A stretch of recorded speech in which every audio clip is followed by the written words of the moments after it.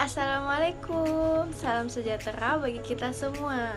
Kami dari kelompok 8 yang beranggotakan Zulpan Nabila, Cindy Wulandari Talebong, saya sendiri Nurayu Fitriani dan Indah Rahayu Fitriani akan menjelaskan tentang pembangunan pertanian. Rumusan masalah yang akan kita bahas, yang pertama ada bagaimana sejarah perkembangan pertanian di Indonesia. Yang kedua, apa manfaat perkembangan pertanian bagi perkembangan ekonomi Indonesia.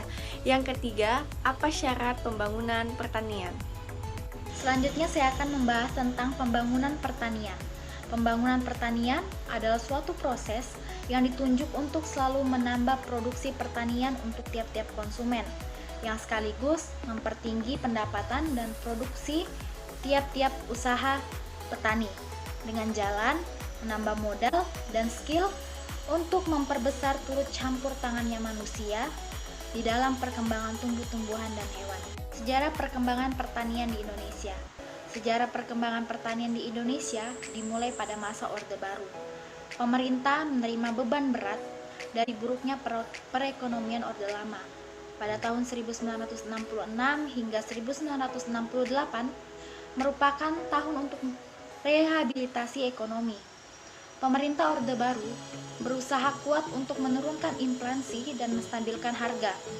Dengan dikendalikannya inflasi, stabilitas politik tercapai yang berpengaruh terhadap bantuan luar negeri yang mulai membentuk rancangan pembangunan yang disebut Rencana Pembangunan 5 Tahun atau biasa yang kita kenal dengan sebutan Repelita. Oke, jadi selanjutnya saya akan membahas mengenai manfaat pembangunan pertanian bagi ekonomi Indonesia. Yang pertama ada mensejahterakan petani. Mensejahterakan di sini mengandung arti luas sehingga menumbuh kembangkan partisipasi petani dan mampu meningkatkan keadaan sosial ekonomi petani melalui akses terhadap teknologi, pasar, dan modal. Yang kedua, ada menyediakan pangan. Peranan klasik dari sektor pertanian dalam perekonomian nasional adalah penyedia bahan pangan bagi penduduk Indonesia yang saat ini sudah 220 juta jiwa dengan peranan pertanian sebagai penyedia bahan pangan yang relatif murah telah memungkinkan biaya hidup di Indonesia tergolong rendah di dunia. Yang ketiga, ada sebagai wahana pemerataan pembangunan untuk mengatasi kesenjangan pendapatan antar masyarakat, kesenjangan antar wilayah. Sebagai contoh, mengingat pembangunan besar-besaran yang terjadi di perkotaan, adapun masyarakat mayoritas berdomisili di perdesaan merupakan sumber sektor pertanian. Yang keempat, ada menghasilkan devisa.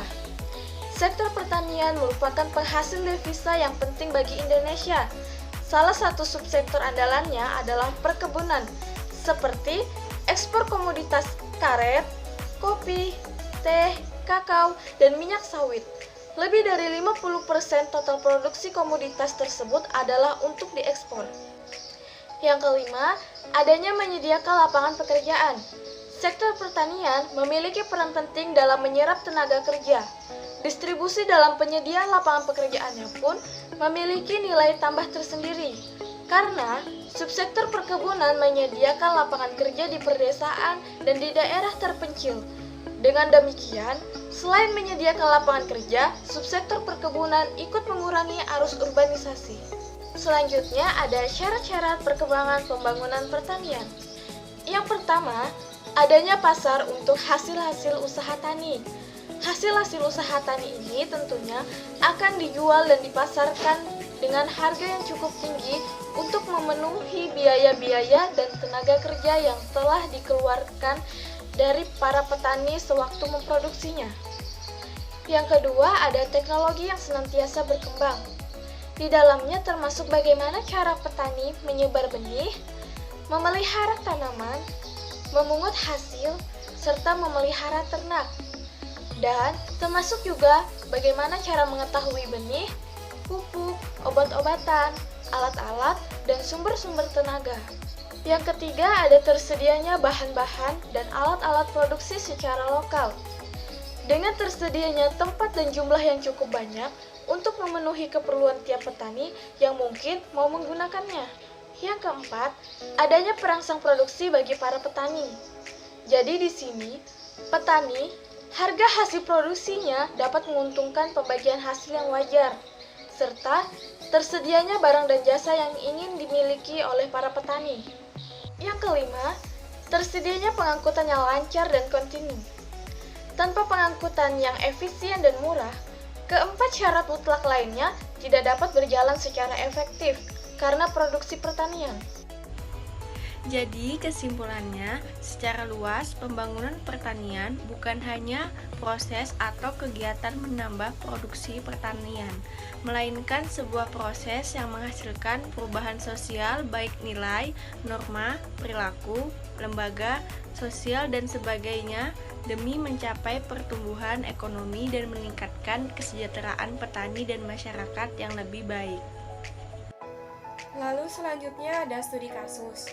Kelompok kami mengambil studi kasus peranan sumber daya manusia dan kelembagaan penyuluhan dalam peningkatan produksi tanaman pangan untuk keberlanjutan ketahanan pangan daerah di Merauke. Kabupaten Merauke telah dicanangkan sebagai salah satu daerah sentra pengembangan tanaman pangan, khususnya padi untuk wilayah timur Indonesia. Hal ini tersirat dan tersurat dalam komitmen pemerintah daerah Kabupaten Merauke dan pemerintah pusat untuk menjadikan Kabupaten Merauke sebagai lumbung pangan nasional pada masa yang akan datang, di mana pada bulan Agustus 2010 telah ditandatangani nota kesepahaman antara beberapa investor bidang pertanian dengan Menteri Pertanian dan pemerintah daerah Kabupaten Merauke serta tokoh adat di Merauke. Salah satu modal yang dimiliki Kabupaten Merauke dalam menyongsong realisasi rencana pemerintah tersebut adalah potensi lahan yang luas, datar, cukup subur, dan tidak ada faktor penghambat pengolahan tanah yang berat untuk pengembangan mekanisme pertanian.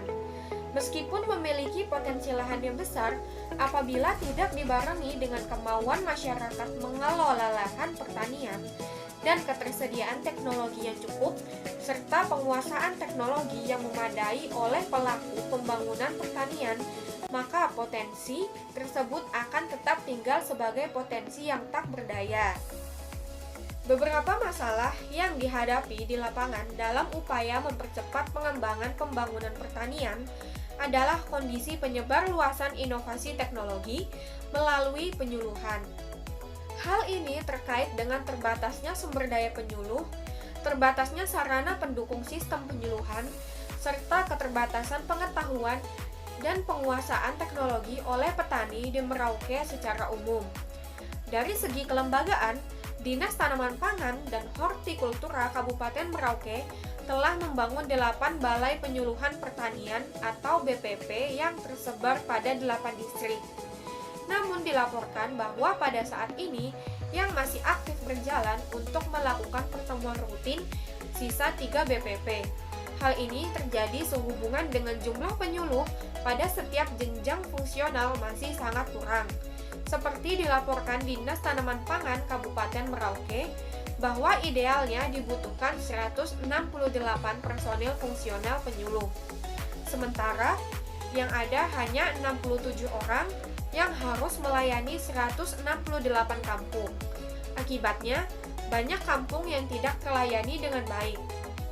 Kendala datangnya bukan hanya dari jumlah SDM penyuluh yang masih minim, tetapi organisasi petani sasaran juga belum dapat menjalankan fungsinya secara maksimal.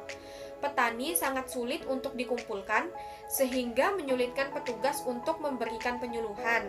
Sehingga, upaya peningkatan peran atau kinerja penyuluh untuk melayani dan membantu petani meningkatkan produktivitas usahanya belum menunjukkan hasil yang nyata.